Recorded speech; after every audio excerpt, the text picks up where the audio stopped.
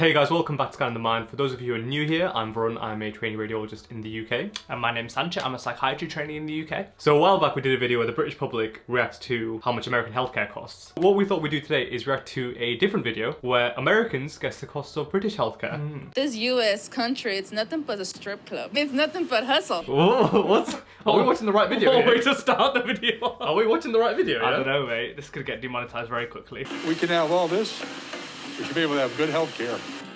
Universal health care should be, something we all should strive for. We nickel and dime each other here, and people don't realize. It might not look like it, but we're in Dallas, Texas. In terms of healthcare, this city is the least insured in America. I bet you thought they were in New York. I mean, it all kind of looks the same, doesn't it? Big buildings, Americans. Could be anywhere. I suppose, yeah. Around a quarter of people don't have any cover at all. We're going to talk to regular Texans about the NHS and the cost of their medical bills. A quarter of people don't have any coverage. Any coverage. That's mad. Again, if you're American watching this, what happens if you don't have coverage? If you need emergency surgery like an appendectomy, I'm guessing they still do it. I think you just get whacked with a bill and then you're in debt for the rest of your life. But then what happens if you can't pay it? Realistically, if you can't afford coverage, like you're not going to be able to afford to pay for the operation ever. So then what happens? You pay it off really slowly. And I imagine it's not like our student loan where you just pay off a set amount each month. Yeah. I imagine the bigger the debt, the more your repayments are each month. And I guess it spirals because if you can't afford insurance, you probably can't afford to pay off any more than just like the interest payment. And so every year or every month, that payment's going up and up and up because you're paying more and more interest. Interesting. Well, if you're American and you have any more insight than us, which would be any insight at all, just let us know. Yeah. What's an average medical bill for a regular Texan? How much might that person be paying for their premium and their regular Let's bill? say you break your arm. Regularly in the rest. What do you think? They break their arm. You break your arm, you go in. I guess he's going to go about like all the treatment you need for that. 30 grand. 30 grand? You think it's that much? You break your arm? Well, it depends. I mean, if you manage it conservatively, Yeah, I guess. Then- Let's go then for like less. barn door, like you need a pop but no surgery. 20 grand. 20 grand. Yeah. I'm going for like 10. I can't think they charge 20 grand to like pull your arm and put a cast on it. But that's not what they charge for. If you see American bills, so apparently what they do is they itemize everything. It's like syringe one, needle one. I think we said this on the last video, but yeah, they itemize everything. Yeah, true. That's a couple $100. Here in Texas, easily $2,000, $3,000. Not as bad as we thought. 30k. It goes to 3 grand. I mean, yeah. That seems more. Can you imagine the orthopods? They'd be rolling it if they made 30k for every broken bone. 3 Two grand. or three is like, that could bankrupt some people. Yeah. But I guess that's the problem with it, isn't it? If £2,000 or £3,000 is something that you could probably afford, you probably got insurance and you'll never have to pay that. Yeah, exactly. But if £2,000 or £3,000 is a lot of money, then you may not have insurance and you're going to have to then pay it. It's kind of backwards. How much it might cost in the UK if you broke your arm? That situation, how much do you think someone has to pay in order to have that fixed? $200. It's totally free. Totally free. Wow. Yeah, it is free, but someone is paying for it. Yeah. So I kind of don't like it when people say it's free. It's free at the point of delivery, but it's not free. It becomes more complicated if you have to then factor in taxes and all that kind of stuff. Yeah, so we don't know how much we're actually paying for healthcare. Obviously, the more tax you pay, i.e. the more you earn, the more you're paying towards healthcare. Yeah. But no one really knows, because it's not like a separate tax where like healthcare tax. It just comes out of... That's for insurance. Yeah, exactly. So someone is paying for it. And there's obviously loads of problems at the moment. Might be a bit controversial to say in the UK. If I had the money, I would just prefer to pay and get it done. Yeah. Got a busted shoulder, and I can tell you exactly how much it cost. Do you mind? Yeah, sure. It was $5,000 just to have a doctor look at my broken collarbone. Just to look at my broken collarbone. You had to pay that on arrival. No, my insurance covered the majority of it, but my portion of it was about just shy of $3,000.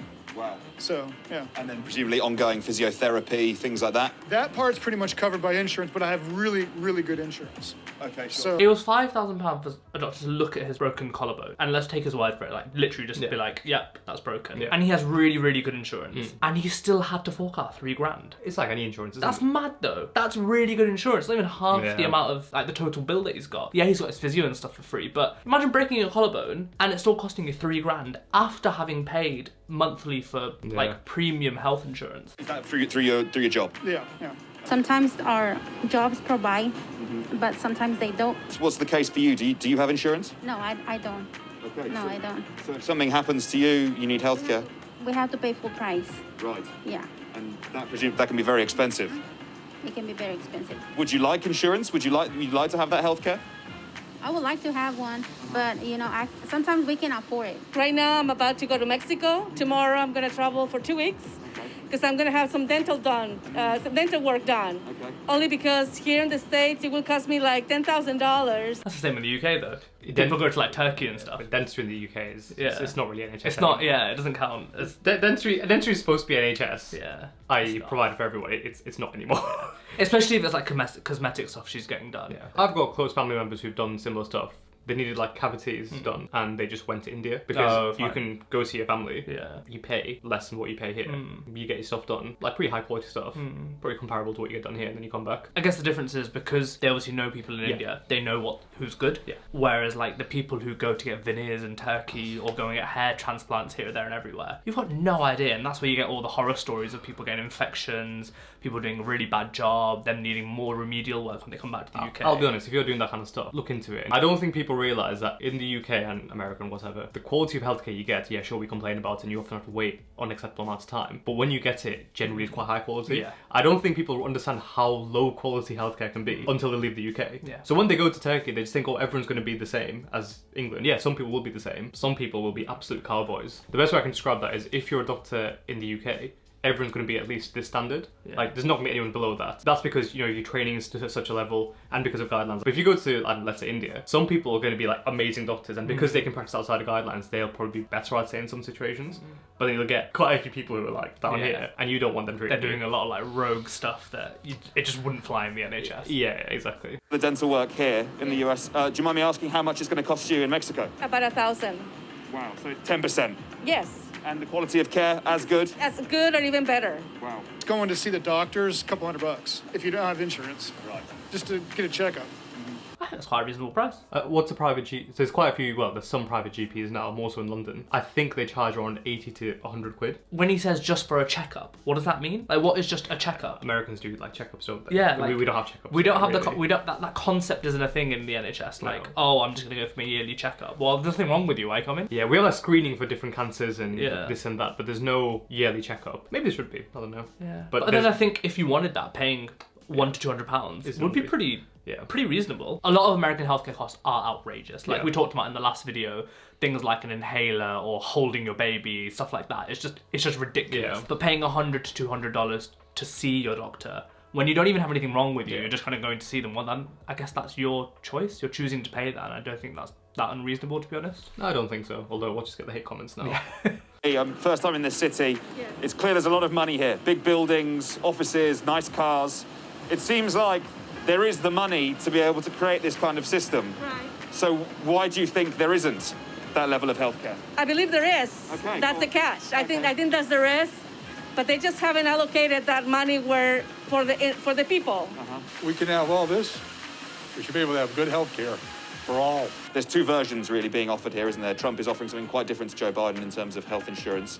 Do you have a preference? Do you think there's one that's better than the other, or do you think the system at the moment? I don't think there's none differences. I mean, it's all business. So pretty much as far as I have learned, which I'm 34 years old, this U.S. country, it's nothing but a strip club. Okay, sure. Sure, I mean, it's nothing but hustle.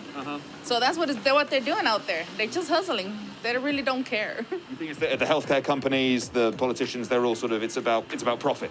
Yes. As a non-American looking in, I agree with that. Yeah. It just seems like the whole thing is just, if you're not making money, what are you doing? And I think you have to separate that from the people delivering the healthcare, because I think a lot of the nurses and a lot of the doctors and like the A&Es in America and stuff, they're not driven by profits and stuff. It's the people kind of above. It's more the managerial side of things, and it's the people running the hospitals, running the insurance schemes, running all that kind of stuff, where a lot of that attitude permeates from, and then it kind of filters down. But I think they're the ones kind of setting the rules. I imagine a lot of them are doctors though, or at least some of them. Higher up. Yeah. I meant like the people like in A&E seeing people. I see, okay, Though they're not the ones who are like, oh, I don't want to treat you because you don't have insurance. Yeah, exactly. It's the people in the managerial side of things. I'd like to see some healthcare changes. We need massive overhaul. Okay. It's not just about universal or anything else. It's insanely expensive regardless.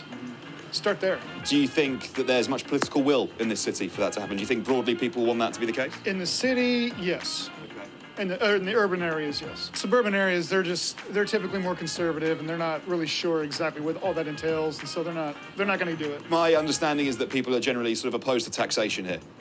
Yeah, but it's more, you start screaming about socialism more than anything. So that's really what they're going to do. Rather than perhaps engaging with it as an idea. Exactly, rather than actually thinking about it logically. We can afford it as a country to take care of each other. And these nickel and dimings of these procedures that are costing thousands of dollars just aren't that expensive everywhere else in the world. We nickel and dime each other here, and people don't realize what universal health care means. Yeah, you'll pay a little bit more in taxes, but you're saving thousands at the doctors. And people really need to be educated on that, and they just don't want to be. Like we said in the last video, I don't think the American system is good, but equally people, especially in the UK, have this thing of, you know, if we don't have the NHS, then it must be the American system. Yeah. I don't think our system's great. And to be honest, it's getting to the point now kind of where sometimes I start thinking it might just be better if we have some, like, a different system. Not this, but co-pay, or, you know, what Europe do, what Australia do, because nowhere else in the world copies what we do. Yeah. And there must be a reason for that. No one copies America. Yeah. No one copies the UK. Yeah, exactly. They are two very strong extremes of how to deliver healthcare. One is you will never have to pay for anything, and one is you will pay for literally like stepping on each tile in the hospital. There must be a middle ground where, yes, you're having to pay some money to see a doctor and get treatment, but it's not to a level at which it's going to bankrupt you and you're never going to afford anything ever again. So if you're out there thinking these two doctors hate the NHS, well, don't. But I just think there must be a different, better system out there. Something which needs to isn't this. prop the NHS and help it. Yeah. Because right now there's just too much demand for, one, the budget of the NHS, and two, the resources it has. And so if we just keep going down the way we're going, it's not gonna last much longer. Hope you guys enjoyed the video. If you have any comments or have any insights into what we've said, then drop it in the comment down below. Otherwise, we'll see you guys same place, same time next week. See you later.